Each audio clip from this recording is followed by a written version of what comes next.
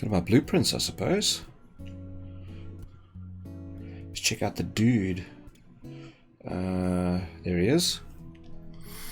So there's some of my cheats. I recently figured out that you can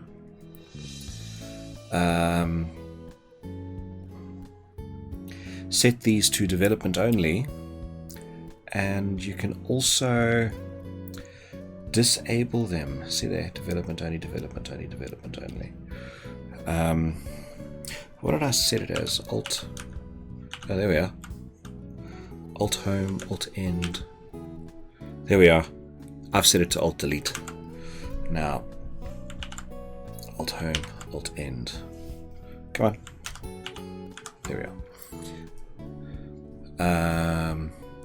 Where that is here in your editor preferences, and it's called, there we are, under your graph editor. I've just typed there disable. That's how to disable a node. But anyway, that's not what I'm here to teach. I'm actually not here to teach, really. Just want to show the progress. Oh, so I think the thing that I'm most interested in showing, honestly, is my level stuff here. So I have some enums. There we are. This is who the people are. There is nobody. There's Ratonio, Sheldon, Ratankio, which is a big Ratonio, Renosted, which is supposed to be a rhino type person, then a Sheldon, which is a big Sheldon, a bear mage. I'm going to make this guy heal people, a drunk rhino, which is basically a big Renosted, unknown yet, then a bear wizard, which is just a big bear mage, and then these two unknowns and unknown larges. I'm actually not quite sure who I'm going to put there. And then the clever bit, here's a struct, spawn 0 to 20. Now if you look in my spawner, there we are,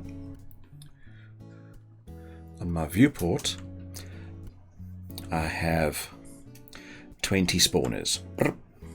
There they are, and they have their associated positions. Now in the event graph of the spawner, what it does, there we are, do a march. So at begin play, it sets that everyone's alive. It does a marching event. So this marching event is basically telling everyone to move 1 unit forwards. Then there's a little bit of a wait, and it counts how many enemies there are, sets the text, sets a game instance, then make position array. I don't know if this has to be done every single time, but you know, in case I move these guys around. So make position array, here we are. So it takes every one of these things and puts them into an array. So all of these points in an array. So it makes an array. And then for each of these positions, it then sets a position of that element. So within the array, each of these things now have a position. Now I don't know if you have to go through every single one, but when I did this, I kind of had to do this because I can't just call these things within the array and it get the position. For some reason, it didn't work.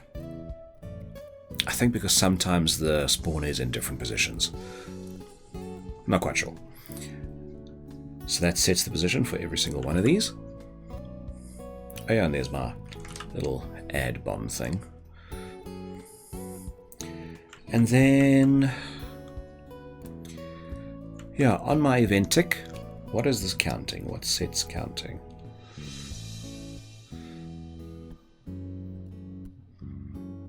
Okay, I don't need that. Well, I'm not gonna, whoopsie, undo. I'm not gonna compile anything now because I don't want to break anything. That's when someone dies. So for each, oh yes, it happens in the level. I remember now. For each delay, so it counts if it's dead and the gold spawn's done, then someone died, destroy actor. Oh, this is just dropping the count. Okay. But it waits for the gold spawning to be done. This I had a bit of a problem with. Things have to, wait.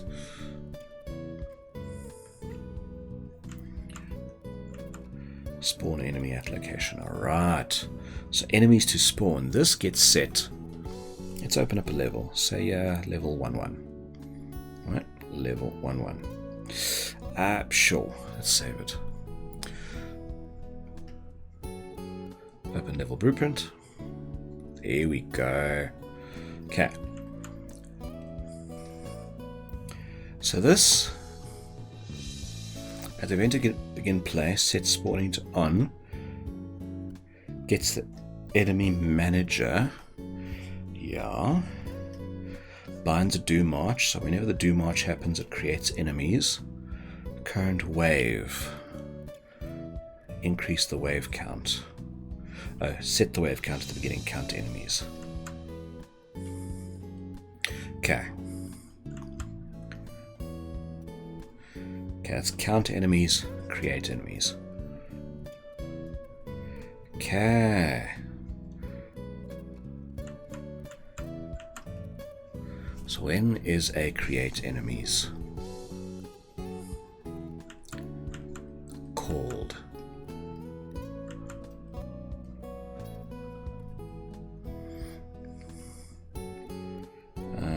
Find references there and there. Oh yes, we're going to do march. Oh, do a march, call the march. Duh. There's the march. Yes, okay. So, march delay every 6 seconds. Checks if the enemy is alive. If not, march. This thing does march, make enemies. Okay, so then checks if we're spawning. When does that get set? Okay, spawning then when it's finished the spawning. Okay, checks if it's not spawning. Because it must spawn initially. Alright. Okay, then here's my current wave. So it finds the initial wave, which is 1. There it is. Then it looks at the enemy list. So this has already been set to a thing. Go back here to your blueprints. Spawners. There we are. Enemy list level 1, episode 1. Level 1, episode 2. I think that should actually be episode level, not level episode, but whatever. So there we are. In level 1, episode 1, we've got nobody. There's a single Ratonia here in the middle. Then there's 2 Ratonias, then there's nothing. Then there's 2 Ratonias, then a single. Then 2, then nothing, single, nothing, single, 2, single, and so on. And I can set that here. So this is essentially how I set up my stuff. So here's wave 1, 2, 3, 4, 5, 6, 7, 8, 9, 10, up to 20, or up to 19. So this thing finds out what wave it's on, makes an array of the enemies to spawn. It waits for some reason, probably a good reason. Then it tells the enemy manager to spawn the enemies. So the enemy manager, spawn the enemies. There we are. So, gets these enemies to spawn. What's this? Get selection. And then basically, for each position, it gets the index of who it needs to spawn, where, for each of these people, and if this person needs to be spawned at a certain point, they will then spawn this person at the position it belongs to. Now, I'm sure there's probably a better way to do this, but I thought this was pretty clever. So it essentially goes through each of these enemies to spawn, and then it goes to the first one, which is going to be, let's just do the second row, for example, N. Then you have for spawn 9. There we are. At spawn 9, it has to spawn a Ratonio. So it'll go to spawn all from class, specifically a Ratonio. Then, this is another shortcut. It sets the array index that it's currently on. You see here, it's literally a variable that changes. So it gets the array index, and it goes, this is the arrow position that this guy needs to be spawned at, and it spawns him at that point. Then it goes to the next person to spawn in a loop, and it'll get that specific person to spawn. It'll select who it needs to spawn, then spawn that person, which will find out its position. And that made sense to me. So there we are. Now, what I need to do is basically create more enemies. I think that's a list I should make. I need to create more enemies, animations. Actually, I have a rhino. Bear with me, I'm going to open up Maya. Here he is, Mr. Renoster. Yeah, he's fully rigged, animatable, and I don't know why I keep doing this, but every single one of them, not that one, not that one, this one, every single one of them, they do have a mouth that opens, hello, da, da, da, da, da, da. And I'm not quite sure why, just in case, I suppose. But yeah, there he is.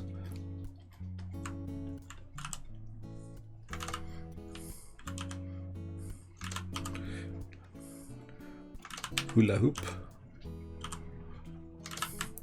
But yeah, anyway.